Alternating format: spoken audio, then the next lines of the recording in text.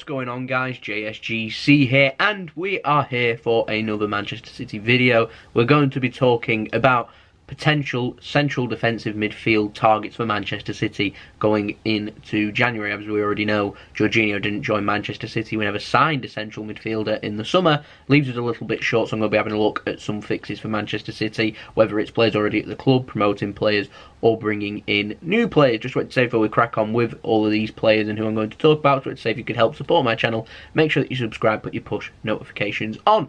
So this is a request video. Someone has requested for me to do this video, so I'm going to do this video. If you have any requests for me to talk about anything or do any videos involving Manchester City and football, make sure you leave them either in the comments below and I'll see what I can do. I've got some free slots for videos next week and the week after because it's the international break. I'll be able to get through maybe 3 or 4 videos there, so if you've got any video requests, pop it in the comments below and I'll see what I can do. Or you can tweet me. My Twitter is in the description below and I will again see what I can do. So we're going to talk about some targets here. Now, first up, going to go for a couple of cheap options for Manchester City if they wanted to maybe save money for a big signing in the summer or whatever. They wanted to spend 80 to 100 plus million pounds on a player in the summer, I don't know, and they wanted a cheaper option so they can save that money to help ease financial fair play. Then one option would be to move Fabian Delph from left back, albeit a little bit injury prone, but it certainly would help the strain on Fernandinho and be able to push Gundogan further forward and Phil Foden further forward as options then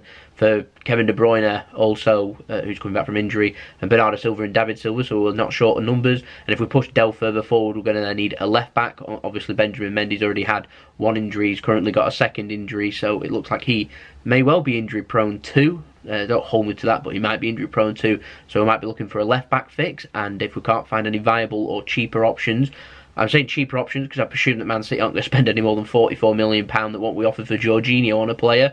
You'd be able to pick up some quality left backs for under £44 million, is why I'm saying they could move Delph then further forward. Another option, and we've already seen it this season, is John Stones moving further forward. If you're going to move John Stones permanently further forward, then Manchester City again are looking a little bit short on the numbers at the back. They might look towards either a centre-back or someone like Laporte, moving him into like the left-back slot and then look for another centre-back. But again, I'd presume that you may be able to pick up some quality left-backs cheaper than what you would for centre-backs. We saw how much Laporte was. Man City will only invest money in players that are probably, you're thinking, around 26 years old or younger. So Man City, and the cost of these players is going to cost a lot more because the young players are going to have to already be quality players, and we need players to hit the ground running. So in terms of cheaper options, Delph or John Stones could move forward. We're going to need some cover then. They're little short-term fixes if Man City wanted to do that. If it doesn't end up working out, they're going to have to invest money. And so I think Man City will probably be looking for another player that they can have in central midfield instead. So I've drawn up some potential targets. So first player and an option for Manchester City is Tanguy Ndombele. You might have heard of him. He plays for Lyon, 21-year-old French player. He's not going to be as expensive as some of the other players on this list, albeit he's been linked with a €50 million move to Manchester City. I imagine Lyon will probably go on more than the first figure tutored there, so they might be looking at maybe £50 million rather than €50 million, which is a lot of money. But for someone that's 21 years old and quality, I mean, you've got at least 10 years service out of him, and there is a, if Man City wanted to, there is an option for them to be able to sell him there for profit as well. So it's a viable option there. They can get him for a good deal, and I'd certainly seek upon doing that. However, there's other clubs being interested in Ndombele, so Spurs have been interested. They're currently paying for the stadium at the moment. They didn't sign anyone in the summer. They're going to need new recruitments in January, and Lyon are obviously going to love if there's competition for their players, because when there's competition, Man City will do one of two things. They'll either compete and the price will go up, or they'll just pull out like they did with Jorginho and saying that's the money we're going to pay. If they're prepared to pay more, we're going to walk away and look elsewhere. So he's an option. I'm not too sure if we'll sign him or not, but he is an option. Another player we're getting heavily linked with is Frankie de Jong of Ajax, Dutch, 21 years old. Also, there is lots of interest in him, though. He's been linked with a £70 million move to Real Madrid recently. Barcelona are linked, Manchester United are linked, Roma are linked, I think Spurs again are linked too. He's going to be a very expensive player with that much competition, and if he is made available for transfer, these big clubs that I just named will be sniffing around. That price will be expensive. I imagine Man City's name's in there to boost that price up rather than Man City being serious. Man City are going to have a look at him and then realise the deal actually probably won't work and he'll end up going, you'd think if Real Madrid are prepared to pay £70 million, you'd think it's probably going to be them. So kind of rules that one out, but it is like Ndombele, still an option. Next up is Ruben Neves of Wolves. Now, I'd say this would be a likely one. However, Wolves really don't want to sell the Portuguese 21-year-old central midfielder, central defensive midfielder. They really don't want to sell him. They slapped, listen to this, £110 million price tag on him. Wow. Man City aren't going to pay £110 million. It's way above the £44 million they were prepared to pay for Jorginho. So Manchester City aren't going to be seeking that. It would take for Ruben Neves to want to force the move. I'm not too sure he's going to want to force the move. He looks very settled at Wolves. Wolves have got a lot of ambition. They're prepared to pay him a lot of money. Wolves' owner's got a lot of money to be able to meet his ambitions. And rather than seeking to sell their best players, I imagine they're probably going to be looking to want to add some more quality to their side. They're a side to look out for. 2-3 seasons' time, you might be. I know it sounds crazy right now, but you might be talking about Wolves even challenging for the Premier League. That's how much money they've got, that's how much they want to challenge there, and they've already got a couple of quality players there, including Ruben Neves. So can they keep hold of him? Well, if you're asking for £110 million, there's a strong possibility that they will. Again, though, he is an option. Next up, player we got linked with in the summer is Lamina of Southampton. You might know of him, you might not. 25-year-old Gabonese international. He's been linked with a move with us in the summer. He's a quick and cheap option for Manchester City. I don't know a price for him. I would estimate somewhere between £20 million and £30 million. It's under the £44 million we want to pay for Jorginho. He adds a little bit of quality into Manchester City's side. It eases all of the fears of Fernandinho picking up any injury. It allows Fabian Delph to stick to left back if he wants to stay there. It allows for John Stones to stick to centre back, and also allows Manchester City to save some money. But I think people want more quality than Lamina. I don't think he's a bad player. He doesn't improve Manchester City, though, if you get where I'm coming from. He isn't taking Man City to that next level. I personally feel like players like De Jong and Ndombele are players that they've got the future there, they've got the prospects, they've got the potential to get to that next level and become better quality than what Fernandinho has been for Manchester City. Whereas Lamina, I'm not so sure that is the case.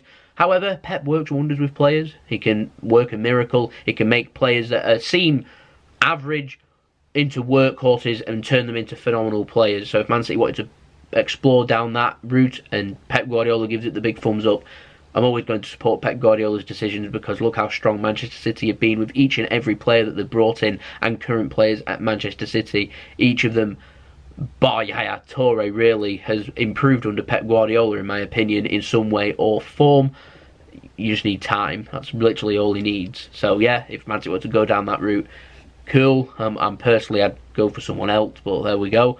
Julian Weigl is my next name on my list. He's been linked with Man City again. Dortmund don't want to lose him, so they slapped a big scary price tag on his head. £70 million, not as expensive as Ruben Neves. The 23-year-old German international, quite injury-prone, plays for Borussia Dortmund. They want a lot of money for him. He's a decent player. Pep's had some worry about him being able to cope with the physicality of the Premier League in the past, and because there's that concern there, I don't think Manchester City are going to go for him. A lot of people like linking him with Manchester City, but if Pep has his doubts, then we're simply not going to sign him. It's as simple as that. If that changes, I'll bring you that news, obviously, and stay tuned for that one, but at the moment, I'd probably put that one towards the back burner.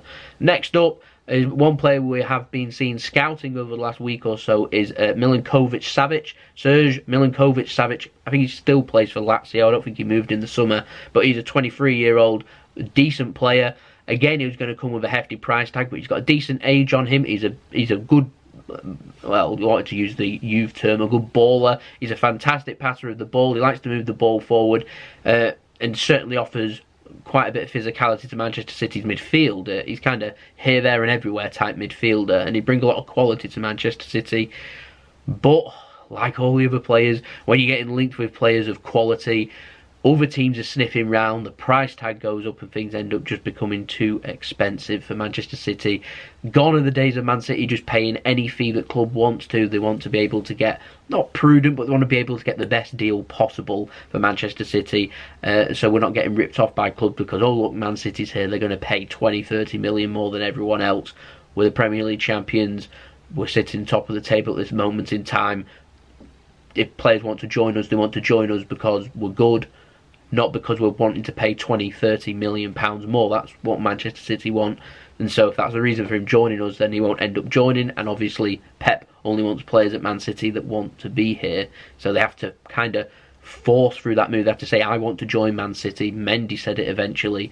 Bernardo Silva has said it in recent past that he wanted to join Pep, he wanted to join what was happening at Manchester City. You have to want it. If you want it, go and get it. That's my advice. Now, I've drawn up some other players to talk about too. I've seen some people barbarically suggesting Paul Pogba with the situation going on at Manchester United. Man United aren't going to sell. He's going to come with a big price tag. We've all not been that impressed with Paul Pogba. At the moment, his situation with Manchester United, I don't want to dive too much into it, but in my opinion, Mourinho's attitude stinks towards the situation. Paul Pogba's attitude stinks towards the situation. He comes with a big fee. He comes with a big ego, and he reminds me of the type of player that is a me type player. And so, for me, he doesn't belong at Manchester City. I don't think he'll join Manchester City.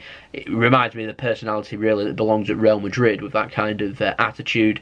I would be surprised if PSG weren't being linked with him. However, the current favourite for him is Barcelona. Man City aren't going to compete with them sides, particularly Man United won't sell and not going to want him either. So I'm not even going to put on the back burner. That's just a no from me. Next up is Thiago of Bayern Munich, and a similar situation to Manchester United. Bayern Munich don't sell their players. Their best players they don't sell. Till they've passed their sell-by date, they're no longer good enough for Bayern Munich. They then cast them off. Think of Bastian Schweinsteiger, past his best, he's old now. Get rid, we don't need him anymore, we'll bring someone else in, someone younger, fitter and hungrier. And that's the thing that happens with Bayern Munich. They don't sell their best players, they use them, they get their money's worth from what they've signed from them, make them into great players and let them see out their greatness at Bayern Munich.